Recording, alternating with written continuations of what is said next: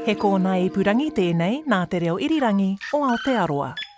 This is Mediawatch. I'm Colin Peacock. This week we hear from a former media boss who's held many top jobs at many major media outlets in the US, including NPR, CNN, NBC and the New York Times. And at a time when the app really mattered in major newsrooms, Vivian Schiller was also the head of news at Twitter. This week she was here with a think tank asking the blunt question, will we ever trust the news again? We'll hear about that and how what was reported as a right-wing sting cost her one of those top jobs in the US. We'll also hear how the influence of the right on the media here these days was debated elsewhere this week. But first, how one government minister copped it from the left and the right this week as the fight for political hearts and minds heated up. With summer just around the corner, some will be merry while others are simply crawling to Christmas. Here are the numbers. National is up a jolly 2 points to 36%. Labour is up a very merry 3 points, now on 35%. There was TVNZ's political editor Mikey Sherman on One News last Monday with the last TVNZ political poll for 2025. And there was good news for both big parties individually, but the bigger picture was that even put together, the big two aren't as big as they used to be. And the minor parties aren't so minor in terms of their importance in an election. And Mikey Sherman told One News this poll wasn't any old poll. This is our last major poll of the year, and so these are the numbers that a lot of people will be talking about over that summer barbecue season, right? It's the numbers that either determine whether a party or even the leaders can breathe a sigh of relief over Christmas, can really relax, or whether they'll have those numbers niggling away at them in the backs of their mind, thinking about the task ahead to turn those numbers around in the new year. Well, Mikey Sherman might be overstating the conversational potential of that poll over the summer, but one of those who could relax, Prime Minister Christopher Luxon. A couple of weeks ago, the media were full of rumours about him getting rolled, but not now. For National, this really puts to bed, it helps settle down those rumours and that speculation, particularly around Christopher Luxon. And the next morning, RNZ's acting political editor Craig McCulloch also reckoned this poll was the perfect Christmas gift for the Prime Minister. Christopher Luxon could scarcely ask for more from a poll on the headline numbers as he heads into Christmas. National up 2 points here, the most popular party solidly back in those mid-30s, well away from the dreaded 20s, which was very much in the conversation only a few months ago. And that's a media conversation that Craig was talking about there. And he also reckoned that poll had extinguished the media-amplified rumblings of a rolling. A much prettier picture than other recent polling, and it should put an end, for now at least, to those rumblings about a leadership challenge. A leadership challenge, that's the sort of risk you might take if the polls were bottoming out, not when you are sitting here in prime position. The media giveth a leadership crisis and the media taketh away, it seems. But in fact, TVNZ's poll was even better for National and its allies. The Party Māori support at 7% in the same poll a year ago had bottomed out at just 1% in this poll, after what Craig McCulloch described as the consequence of months of infighting and even outfighting. But in fact, the data from the pollster Varian showed that Te Pāti Māori got 0.6% in the latest poll, dangerously close to being rounded down to zero by TVNZ. Now, this really is margin of error stuff with just over 1,000 respondents in that poll, but TVNZ's pollsters also asked specifically about support for change at the top at Te Pāti Māori. Should the current Te Pāti Māori co-leaders remain in their roles?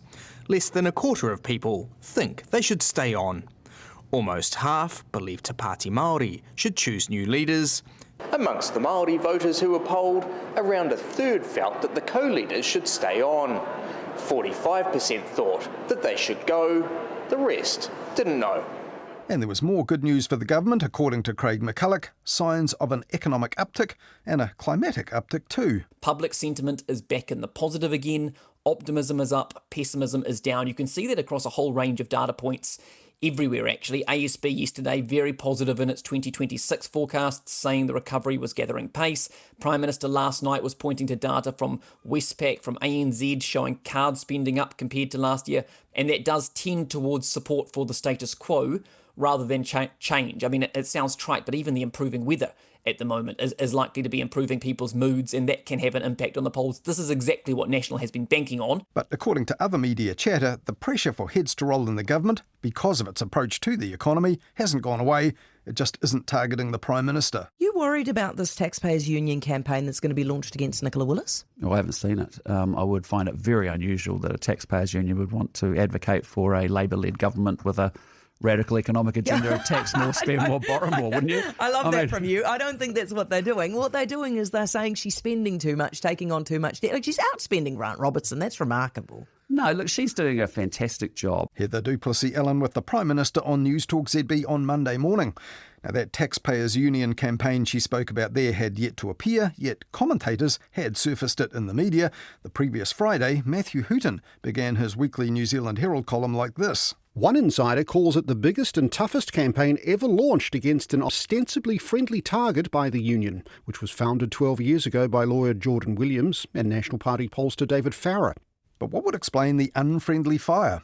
Well, Matthew Hooton reckoned the Taxpayers Union has always professed to be 100% politically independent, unlike trade unions who back Labour and the left. But the Taxpayers Union felt compelled to condemn Nicola Willis, he said, for borrowing and spending even more than the previous government. Matthew Hooton's column then prompted the Herald's head of business, Fran O'Sullivan, to ask in the Weekend Herald the next day who is bankrolling the push to dump Nicola Willis as Finance Minister. Big campaigns take cold, hard cash. While the Taxpayers Union says it sports 200,000 on its newsletter list, it's not transparent over the identity of its major donors. This detracts from its authenticity. Fran O'Sullivan also revealed that the Taxpayers Union's Executive Director Jordan Williams had asked her to put its ads attacking the government spending in the annual New Zealand Herald Mood of the Boardroom publication in October. And back in September, under the headline Inside the Attack Campaign Testing Nicola Willis's Standing, the National Affairs editor of the Post, Andrea Vance, said the Taxpayers Union had put out 11 media statements and more than 60 social media posts in just the previous month, criticising her handling of the economy and some other stuff like the controversial and sudden exit of the Reserve Bank chair. Jordan Williams told the Post this wasn't personal. The group was just holding Nicola Willis to account for her own promises made before the 2023 election to restore fiscal discipline. But Andrea Vance said that unnamed sources had told the Post the intention was to get the Finance Minister replaced ahead of the election next year. And Andrea Vance made this point. That critique is sharpened by the voice delivering it. The think tank's chair is former National Finance Minister Ruth Richardson, remembered for her radical 1991 mother of all budgets. Well, that was 3 months ago. And last Tuesday, when reporters asked Nicola Willis in Parliament about the Taxpayers Union's yet-to-emerge campaign targeting her, she had a response ready for Ms Richardson. Come and debate me face to face. Come out of the shadows. I will argue toe for toe on the prescription that our government is following. I reject your approach, and instead of lurking in the shadows with secretly funded ads in the paper, come and debate me right here in Parliament. Nicola Willis also challenged media outlets to host that toe-to-toe tussle. I'm ready anytime, anywhere, she said. Now, at first, Ruth Richardson told RNZ on Tuesday she wasn't interested in a pistols at dawn fiscal face-off. It was the incumbent's job to answer questions, she said. We are seeking to hold the feet of the Minister of Finance to this fiscal fire. Her Treasury are shouting, fire, fire. We have a structural deficit. This cannot go on. But later that day, the Taxpayers Union said Ruth Richardson would debate what they called the sorry state of our fiscal position. It rushed out social media posts calling this a campaign victory and polling its followers on which media outlet should host the debate. And on Wednesday, Nicola Willis told RNZ, and look, we've had a number of media outlets say they'd like to host it, so we've asked them to put their submissions through and we'll deliberate on those and find the appropriate platform. Okay, so when? Well, look, that'll depend on what these media outlets propose. I think so far there's at least 3 different outlets have put up their hand and said we think we could run the best event, so we'll have a look at those proposals and we'll get it together. Now, clearly some media were turned on by the Finance Minister going toe-to-toe with the Taxpayers Union's fiscal firefighter wanting to put her feet in the fire. And accused by the opposition counterparts of indulging in a distraction, Nicola Willis said it could hardly be more substantial and the media should make it so. When people make newspaper advertisements alleging that somehow we can literally cut billions of dollars overnight and do this job immediately upon assuming office, I don't think that that's very realistic. I've thought that through and I want to debate it. Okay, you want to have your say. Well, well, let us know the date. We'll put a ring around it. And putting a big ring around it was the Taxpayers Union, pumping out posts about the impact of its yet-to-surface campaign. Little does she know what's coming, it crowed, before declaring its own pick for the hashtag Mother of All Debates budget, News Talk ZB. However, on News Talk ZB on Friday, it seemed it wasn't a case of any time, any place, and no one media outlet would get the nod for this. And the bickering was now about the left and right leanings of the host as well. The Ruth Richardson, Nicola Willis, finance girl on finance girl debate is going to happen next week. The plan is, the rough plan, is for it to be held at Parliament so that all media can stream it rather than picking favourites. Still a bit of a niggle about who's going to moderate it. Nicola wants Toby Manhire from The Spinoff, who's a fantastic guy, but he does lean left. Well, at least his publication does. And Nicola will be doing that, so it looks like she's friendly with the left and not so friendly with the right. And she's trying to sort of, position herself differently to Ruth Richardson. Taxpayers Union doesn't love Toby doing it. Taxpayers Union wants somebody else. So hopefully they can reach a compromise and it doesn't fall over, because I'm getting my popcorn ready already. Now, by this point, the Taxpayers Union had finally launched its Nicola Willis campaign, reported like this by RNZ News on Thursday morning. The organisation has released packaged fudge from the imaginary Nicola Fudge Company. It's branded with an image of Ms Willis with the slogan, "A treat today, a tax tomorrow." Taxpayers Union spokesperson Tori Ralph says the organisation did something similar when Labour's Grant Robertson was Finance Minister. She is Minister of Finance, the same way they did Robbo's removals when he was Minister of Finance. Whoever was in that role, there would be a play on words or a gimmick to draw attention to the issue. Well, as we've heard, it certainly did get the media's attention, and not just because that punning fudge was sent to the nation's newsrooms to make sure they knew all about it. Is Nicola Willis losing the right? The Spinoff asked in a headline on Thursday, while the Herald's senior political correspondent Audrey Young gave kudos to Nicola Willis. She's been getting it from both sides, said Audrey Young, the left painting her as austere as Ruth Richardson, and the right painting her as profligate as Grant Robertson. Nicola Willis herself said it was a case of clowns to the left of me and jokers to the right.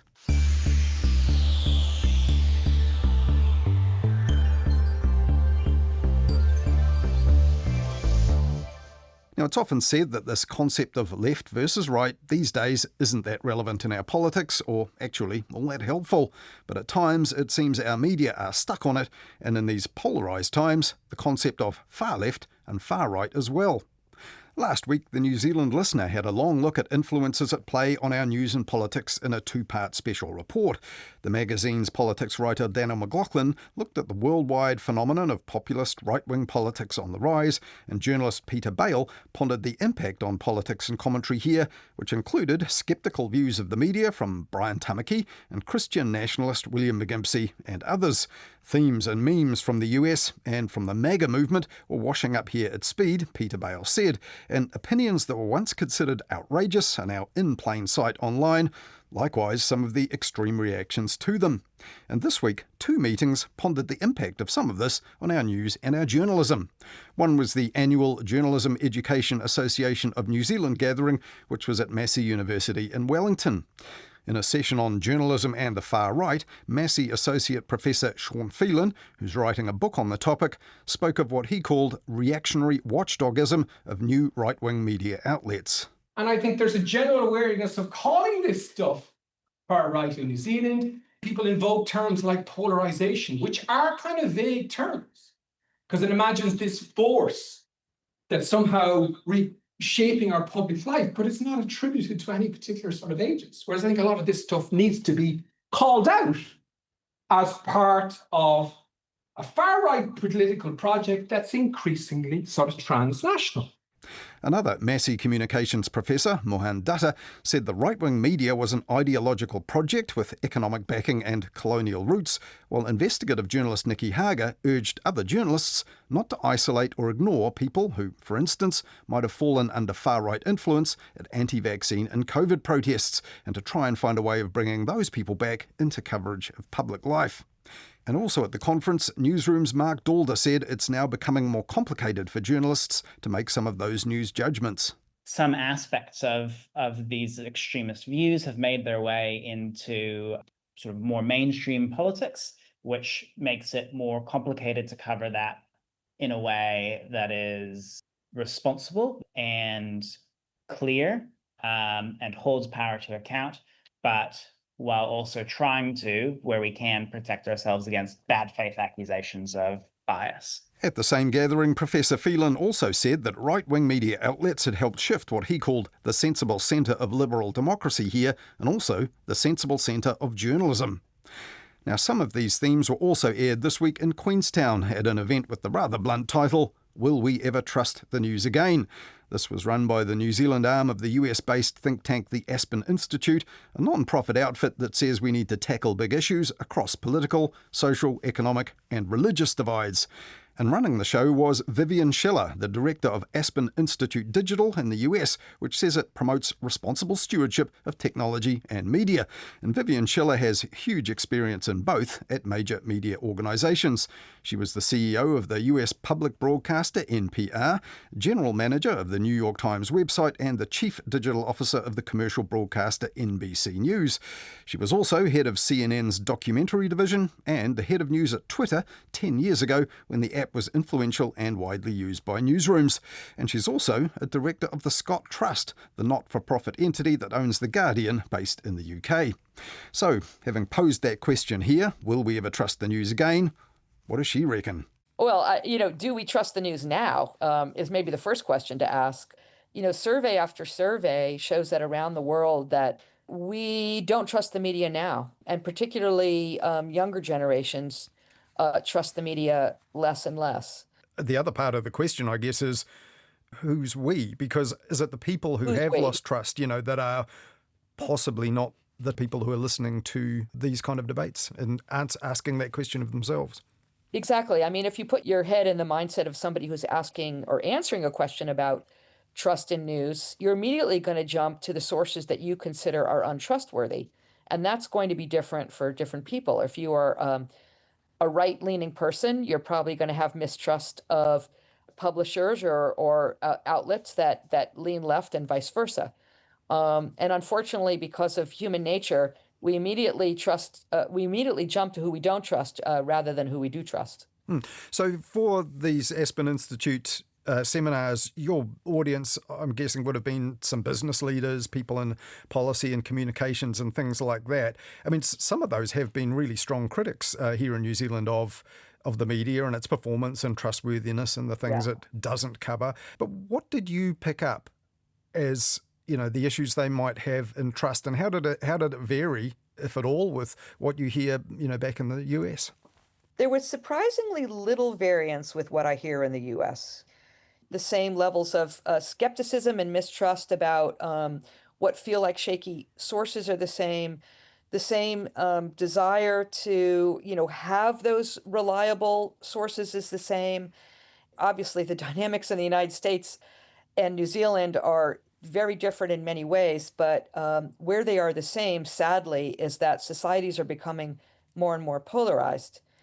To a certain extent, that is because of our information ecosystems, but that causes higher levels of mistrust, and higher levels of division. No, we won't name names or anything like that, but amongst the audience that you spoke to, did you have people of influence who were basically saying they did not trust the media, or they did and were worried that others didn't? This particular group was pretty media savvy, even though they are not media people. I think they have a good instinct of what's trustworthy and what's not. I think so. Their concerns were mostly people might fall prey to bad faith media, and that might spread lies and exacerbate divisions in society, media. And there's many things about the media in New Zealand that honestly are better than conditions in the United States, but yet we share a lot of the same challenges. What things struck you as better? There seems to be more robust engagement in local news, more local news outlets, which is encouraging. The size of the country means that deep divide that you have in the United States between like national news and local news, and how the disappearance of local news means that national issues have become localized, You have that a little bit less here just because of the size of the population and the size of the country. So I think that sort of helps with community cohesion, which is, one of the positive byproducts of having robust local news. So that struck me as a difference. New Zealanders, I think, are much more attuned to what's happening in other parts of the world than Americans. Americans, sadly, there is a lower level of knowledge of global affairs. So that's another big difference as well. And maybe in both countries there's been a shift to the right and towards maybe conservatism, possibly more pronounced, with Trump and the MAGA movement and all of that in the US and the polarisation that you spoke about. But do you think the media haven't really adapted to a bit of a shift in attitudes towards the right, and some of the mistrust or skepticism of media maybe is to do with that? Yes, and this is actually a topic that came up in the seminar. It's not so much that the right is not being covered. It's that, sort of mainstream media, I'm talking about sort of the New York Timeses of the world, I think have struggled to adapt to a different kind of politician. In the United States, mainstream media is used to saying, the President of the United States said X, Y, and Z today, and you might later on get some analysis of it. More and more, and I'm speaking about the United States, you have high-level ranking officials who proclaim from their perch of leadership just flat-out mistruths, lies, you might call them. In fact, the news media have struggled with that word. But it's more and more important to sort of call out, do that kind of fact-checking on critical issues up top. And that has contributed on some levels to mistrust. But also, mistrust cuts both ways, right? I mean, those on the right in the United States would blame the mainstream media for not giving credence to right-wing views, over the years. And I think there's some truth to that. Well, a lot of people, maybe in this country, when we look at it, associate this with Trump and republicanism and the big shift there. But this sort of thing was going on, I guess, a lot longer ago than his accession to the presidency in 2016. In fact, you yourself, you had to quit, didn't you, as the CEO at NPR, National Public Radio, after what was described in news stories as a kind of right-wing sting. Conservative activists posing as campaigners, got one of your senior staffers to say some fairly outrageous things. It became a bit, and you had to carry the can for it. So that's right. That was a politically motivated kind of piece of exposure, right? Yeah, and unfortunately, it was a harbinger of sort of the world we live in today with this kind of attacks on news media. So things have changed a lot in the United States over the last 15 years or so. And that was the early 2010s, wasn't it, when that happened, or 2011, I think? Yes, exactly. Okay. So, I mean, Aspen Institute that you now work for, it wants to have an influence, I guess. It's a think tank, but you could describe it maybe as a lobbying group, but lobbying outfits... not at all. Oh, I have to stop you there. Definitely not a lobbying group. We are, through and through, we are nonpartisan. We try to shine a light on critical issues, but we host thinkers and doers from across the political spectrum. The whole point is around, sharing ideas so that we can come as a society to mutual understanding. Lobbying is very far from what we do. In terms of lobbying, it's part of the news media cycle now, isn't it? Because a lot of content can come from lobby groups. I mean, they have their own media channels, of course, social media and podcasts and so on. They have possibly more influence on the media and in the way the media and the issues the media are covering. Is that something else the mainstream news media, legacy media, whatever we want to call it, have struggled to adapt to?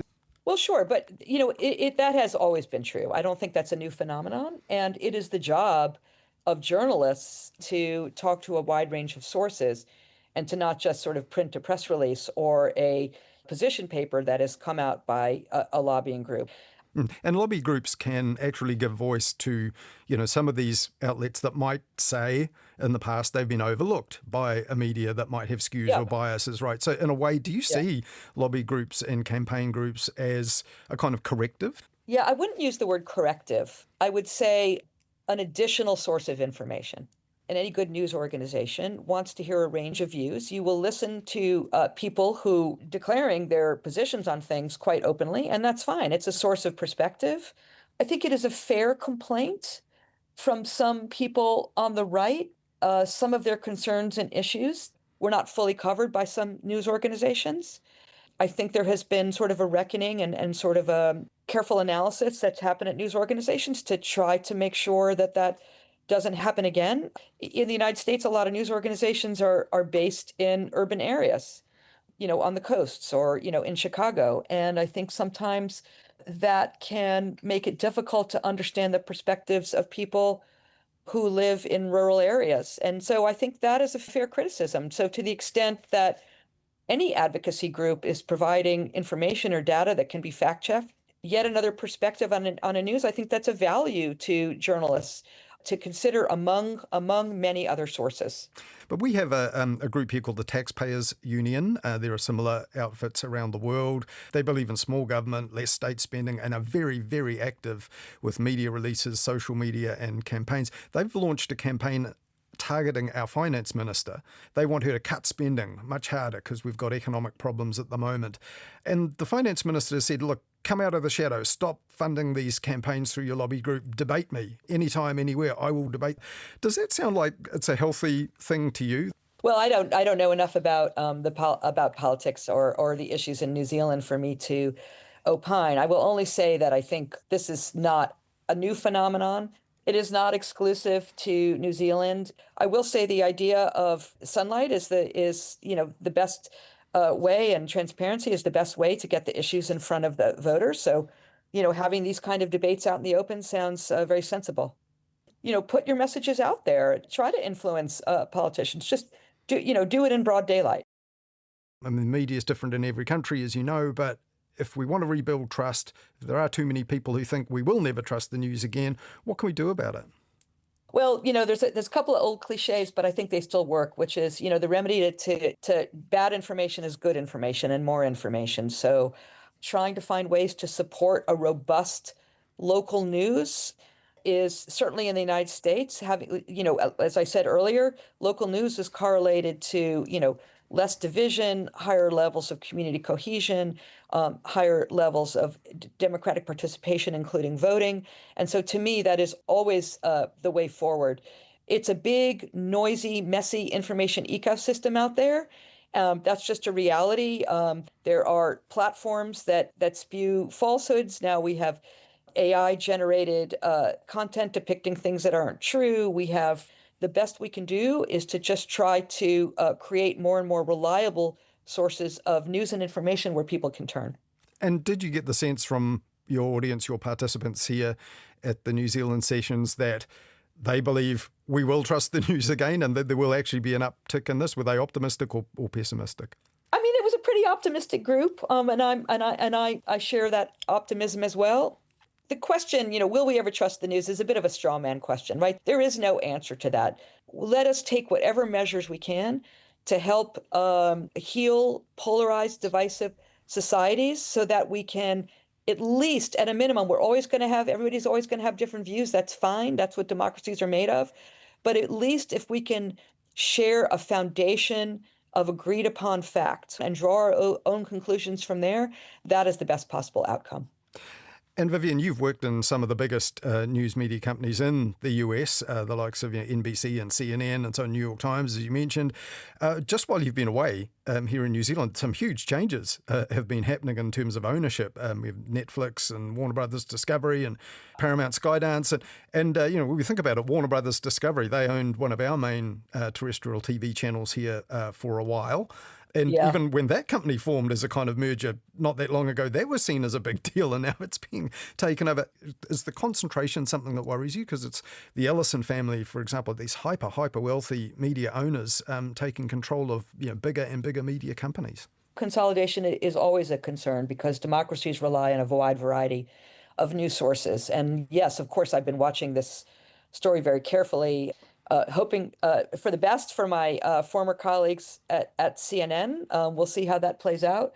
But I also take faith and I find optimism in the fact that there are a lot of other new news organizations that are popping up. They may not be print, they may not be cable, they may not be television, but they are on the platforms where more and more people are getting their information, podcasts and on feeds and in Substacks and all of that. So my message is always, more news media. and even as these sources get consolidated, others are still popping up. So I take hope there. And you would encourage New Zealanders to have that same attitude too, right? Yes, support your local news organization. Indeed. And just in the last couple of days, the US Secretary of State Marco Rubio has ordered diplomats to revert to using Times New Roman in official communications. I saw that. This is polarisation in action. Predecessor under the Biden administration, Antony Blinken, had adopted Calibri as a sans serif font. Exactly. This was described as a wasteful diversity move, according to a leaked internal cable.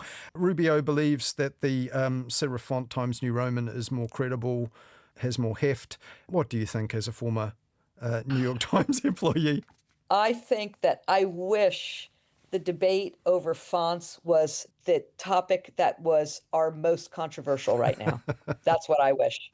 Not picking sides here. That was Vivian Schiller, Executive Director of Digital for the US-based Aspen Institute, a non-profit think tank that tackled trust in our news and media and political pressures upon it at a conference in Queenstown this week. And as you heard there, she has extensive experience at a range of commercial and public service media outlets like NBC, NPR, CNN, The New York Times and Twitter.